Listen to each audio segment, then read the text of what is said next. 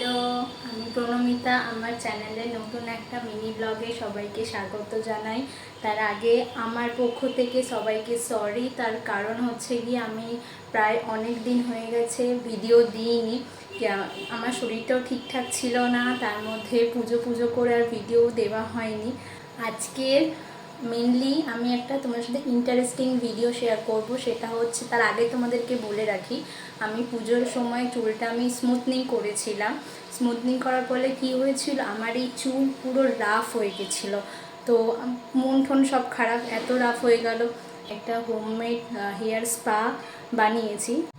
আমি নিজের হেয়ারে 3-4 বার মতো ইউজ করেছি হোমমেড হেয়ার স্পাটা। তো তারপরে আমি ভাবলাম যে কেন না তোমাদের সাথে শেয়ার করা যাক, তাহলে যদি তোমরা নিজের চুলও অ্যাপ্লাই করো তো তোমরাও উপকৃত হবে।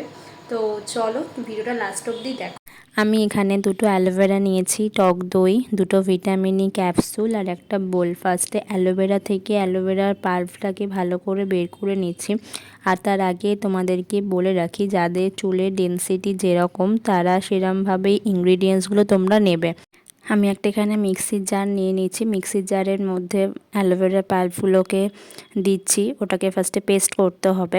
পেস্ট করার পরে একটা জেল মতো হবে।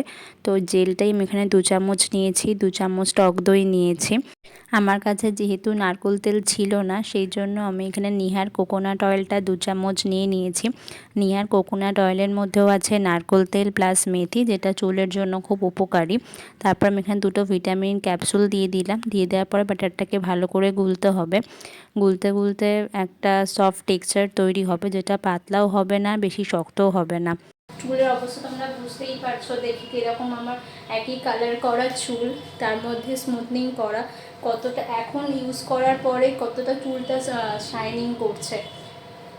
যাদের চুলে স্মুথনিং করা আছে, কালার করা আছে, যাদের হেয়ারটা খুব ড্যামেজ, তারা একবার এটা ইউজ করে দেখতে পারো। আমি নিজে ইউজ করে খুব ভালো ইমপ্রুভ পেয়েছি বলে তাই তোমাদেরকে আমি রেকমেন্ড করছি।